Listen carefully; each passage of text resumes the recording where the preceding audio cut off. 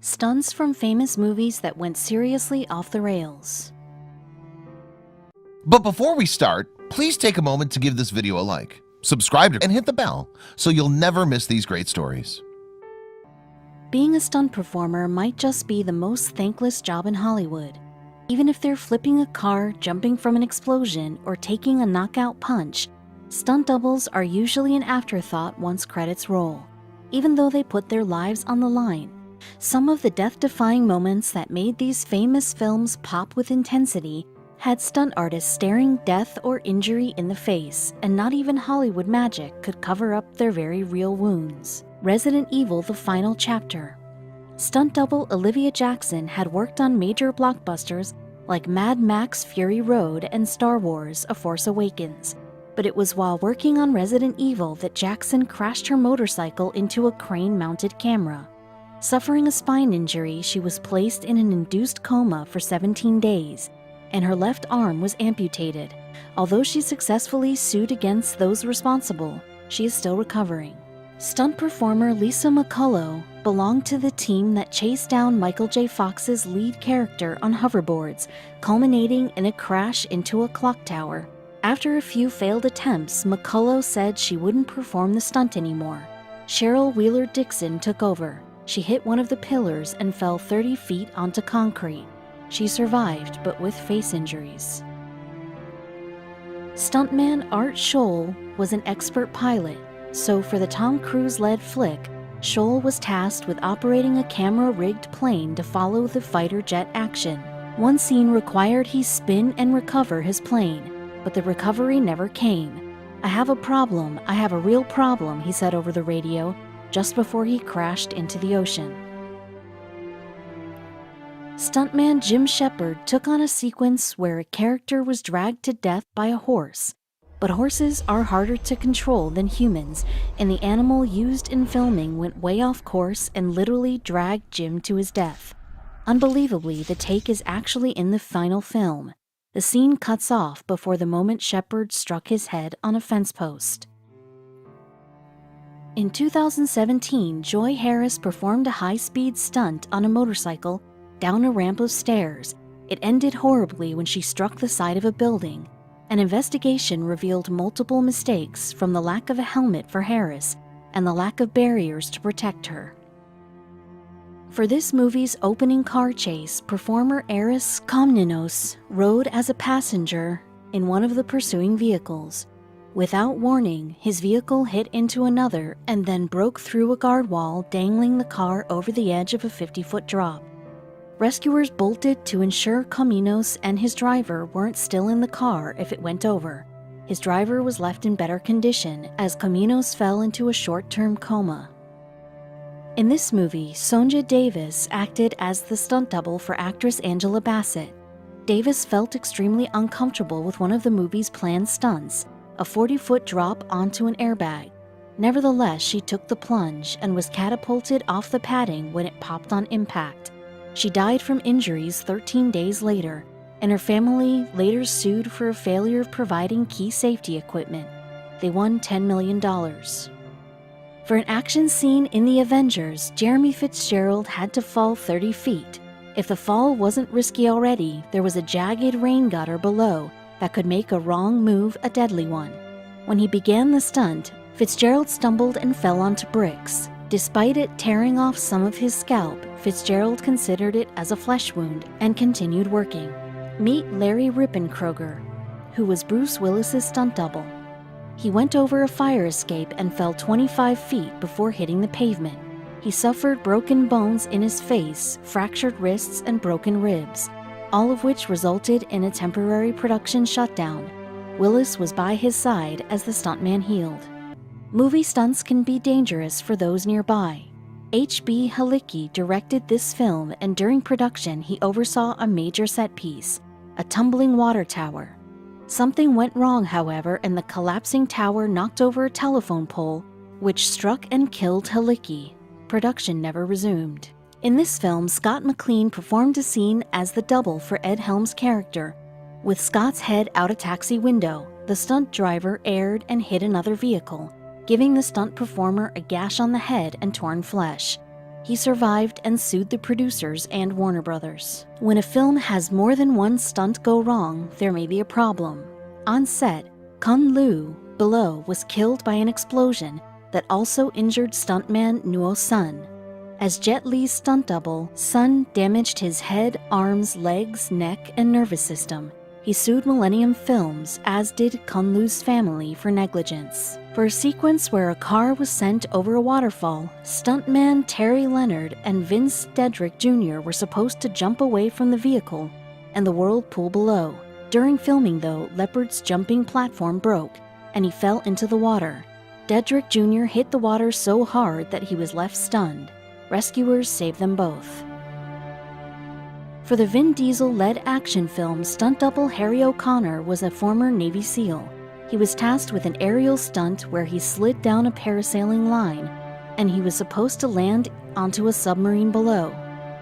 At the high speeds he was going, however, O'Connor hit into a bridge and was killed instantly. His last moments are still seen in the film. AJ Bakanas had done everything right for his stunt performance. He was to fall from 22 stories and land onto an airbag. He fell correctly and he should have survived, but the airbag was faulty. The landing pad failed upon his impact, splitting in two. Bakanas died the next day from his injuries. Lead actor and stunt artist Dylan O'Brien had to jump from one vehicle to another in this film, but he wasn't successful. The star of the film was dragged underneath the first vehicle and he suffered fractures to his cheekbones and orbital sockets, and a concussion too. His severe injuries postponed the film's release. Stuntman Laird Hamilton performed plenty of tricks on a jet ski for this classic film, and then his vehicle ran out of gas. This left him stranded for hours on the open ocean, and eventually the U.S. Coast Guard had to get involved in his rescue. He was a legendary surfer, and perhaps it helped him survive. During filming for Peter Jackson's prequel trilogy, 27 animals died. No one was held accountable as it didn't happen on an active set, but many deaths were contributed to failed safety standards. Sinkholes caused by underwater stress were a #1 killer, ensnaring many animals. Gabriella Cedillo wasn't a double but an extra. For her scene, she needed to drive her car down the highway while the stunt performers weaved in and out of traffic. During her drive, a cable snapped and smashed Cedillo's windshield, striking her in the head and causing several injuries. The day before, the stunt failed in the exact same way. She won $18 million in a lawsuit. For a broomstick flying sequence deemed too risky for Daniel Radcliffe, producers called on stuntman David Holmes during the flight. A controlled explosion went off early, slamming Holmes into a wall and breaking his neck. In the aftermath, the good friend of Radcliffe, they'd worked together in several films, was paralyzed in every limb. Bobby Holland Hanton, Chris Hemsworth's body double for Thor, has said it's very difficult to keep up with Hemsworth's physique. He even has to get reps in the gym during their lunch breaks while shooting. In Kill Bill, Uma Thurman plays a badass hitwoman. Like any Quentin Tarantino movie, violence and action are constant. That's where Zoe Bell came in. Guess it's Bell who had the sword skills in real life. Sometimes stunt doubles hit it big and stick around for the long run. That's exactly what happened for Phil Ball, who's been Brad Pitt's double for the majority of his movies since his early career. Talk about hitting the jackpot. Best known as the Mother of Dragons, Daenerys Targaryen in Game of Thrones, Emilia Clarke needed a double for some of the action-packed show's more intense scenes. Rosie Mack, the model who was chosen, didn't even audition. Rather, one of her social media posts got her noticed. Bruce Willis is an action movie megastar with multiple stunt doubles who have followed him throughout his career. But Stuart Wilson, who also coordinates all his stunts, takes the cake for being the best lookalike. Zoe Saldana's character in Guardians of the Galaxy, Gamora, required facial prosthetics and coloring. This allowed Chloe Bruce, a professional martial artist, to fill in for her in more action-packed moments while wearing a specially made mask. Ian McKellen had 2 stunt doubles as Gandalf in the Lord of the Rings trilogy. The much taller double was used to make the actors who played the hobbits look shorter than they actually were. Turns out the unorthodox method saved a lot of money on special effects. Not all doubles get along with their lead actor. Sarah Lane, right. Natalie Portman's dancing double in Black Swan caused controversy when she claimed that 95% of the full body shots in the movie were her, despite Portman's claims that she did most of the dancing herself. While it's no secret that big-name actors usually have stunt doubles, most of us really never consider that these villains sometimes get hurt. That's exactly what happened to Chris Pratt's stuntman Tony McFarr, who fell during the opening sequence of Guardians of the Galaxy Volume 2 and actually needed staples in his head. Gal Gadot has played some of the most powerful women in cinema, including Wonder Woman. Still, even she needs a stunt double. While Gal was pregnant during the filming of Wonder Woman, her look-alike Alicia Vela Bailey took care of most of the more physically demanding heroics. Even former WWE stars use stunt doubles on occasion, and Dave Bautista in Guardians of the Galaxy was no exception. Robert de Groot took over for some of the riskier stunts performed by Drax in the movie. That's right, Marvel fans, his name is de Groot. Jennifer Garner has had the same stunt double for nearly her entire career, from Alias to Elektra and Daredevil. Shauna Duggins has been by Garner's side through it all. She was even the first stunt woman nominated for a Stunt Coordinator Emmy. Even Avengers need stunt doubles. Mark Ruffalo's double, Anthony Molinari, looks like he could be his brother in real life. Molinari handles some of the heavy lifting for the Hulk. Margot Robbie had a meteoric rise to fame, and she deserved it. While working on Suicide Squad, she found a perfect match in her stunt double. Ingrid Kleinig filled in flawlessly in scenes that were too dangerous for Margot, including the underwater car crash. The Governator had a look-alike stuntman who doubled for him for most of his career. Peter Kent got his start as Arnold's double for the entire Terminator series, hopefully telling him, "I'll be back," after they wrapped shooting on each film. Sometimes the stunt double doesn't need to look like the lead, as was the case with Ryan Reynolds' double in Deadpool. Alex Kiskovich did all of the stunts in both Deadpool movies, but a side-by-side comparison shows little similarity. Megan Fox is no stranger to taking risks. In fact, she does a lot of her own stunts, when they're manageable, of course. Her double, Stacey Carino, is a veteran stunt woman who actually broke her neck on the job at one point. Luckily, she fully recovered. Chandler Riggs, America's favorite zombie-killing kid from The Walking Dead, definitely needed a stunt double for some of his gnarlier zombie-slaying scenes. Unfortunately, producers couldn't find an adult male that could fill in, so they went with Emily Probst, a seasoned stunt woman, instead. Once again, Zoe Bell makes the list of legendary stunt doubles for her time filling in for Lucy Lawless on the set of Xena Warrior Princess. Just another shining spot on her illustrious stunt doubling resume. We didn't think it was possible to look buff next to the legendary Rock, but Reed somehow pulls it off. His cheat day meals must be pretty impressive.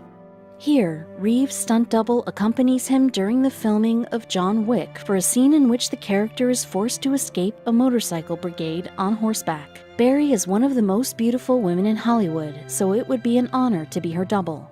Gibbs has stood in for the actress in many harrowing action scenes. It's no wonder the swashbuckling stunts of Depp's Pirates of the Caribbean saga require an occasional stunt double to get things done. Look-alike Angelotti is the perfect person for the job.